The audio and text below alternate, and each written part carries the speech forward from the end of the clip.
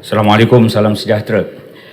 Paras defisit fiskal kita meningkat 6.5% hingga 7%. Kerana kutipan hasil kerajaan berkurang, kita nak tanya berapa berkurang kutipan hasil kerajaan ini, tetapi pada ketika yang sama dividen petroleum dan minyak sawit mentah itu bertambah. Saya juga ingin tahu berapa tambahan daripada dividen itu. Pada 3 tahun setengah yang lepas, kita diwar-warkan bahawa hutang kerajaan persekutuan telah mencecah 1 trilion.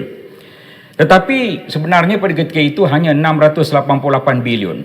1 trilion ini ialah pada Julai 2021 hampir 1 trilion, iaitu 957.3 bilion yang sudah mencecah 62.8% pada KDNK. Jadi Yang Berhormat Menteri, saya ingin buat beberapa cadangan. Pertama, segerakan Akta Tanggungjawab Fiskal atau Fiscal Responsibility Act (FRA) supaya hutang sentiasa dalam paras yang terurus dan hutang dalam jangka masa yang sederhana dan panjang itu dapat dikawal. Cadangan kedua, adakan inisiatif pembaharuan cukai. Yang Berhormat Pekan ada mencadangkan supaya diadakan cukai sementara setahun, sementara 2 tahun. Contohnya cukai keuntungan luar biasa kepada pengeluar sarung tangan dan juga pengeluar besar kelapa sawit misalnya. Setelah kita pulih, maka cukai itu boleh ditamatkan. Itu cadangan kedua, inisiatif pembaharuan cukai, dan tolong beritahu kita kaedah-kaedah punca pendapatan yang lain. Cadangan ketiga ialah strategi hasil jangka sederhana. Bagaimana untuk tambah baik sistem percukaian, memperluas asas hasil kerajaan, bagaimana tentang sektor tidak formal, bagaimana untuk mengurangkan ketirisan. Pada zaman kami dulu, zaman BN, telah ada MOU antara LHDN dengan Custom. Apabila kita melaksanakan GST, segala fail yang ada di Custom juga boleh diintegrasikan dengan fail yang dimiliki oleh LHDN. Kita tahu bahawa GST boleh mengurangkan ketirisan dan telah pun mengurangkan ketirisan.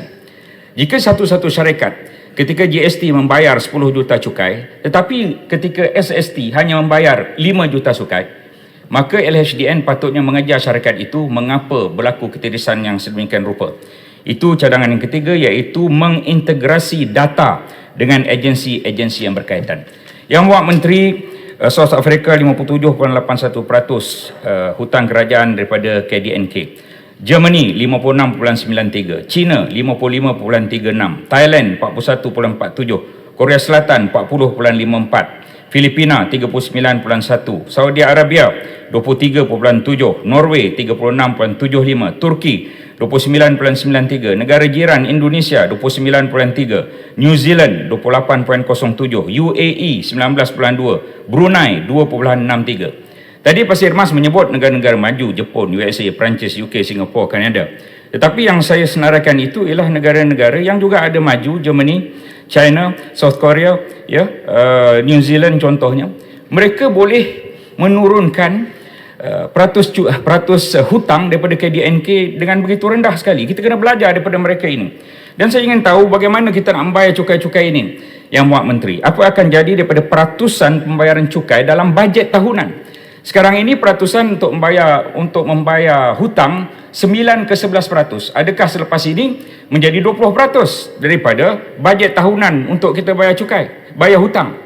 Kalau 20%, apa akan jadi pada pembangunan negara dan juga rakyat? Dan kita tidak mahu generasi akan datang dibebankan dengan cukai yang kita laksanakan. Kredit rating kita bagaimana?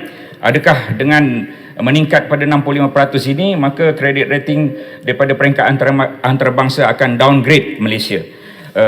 Yang Berhormat Speaker dan Yang Berhormat Menteri, 8 pakej rangsangan 530 bilion. Tetapi kita juga diberitahu bahawa suntikan fiskal hanya 91.8 bilion.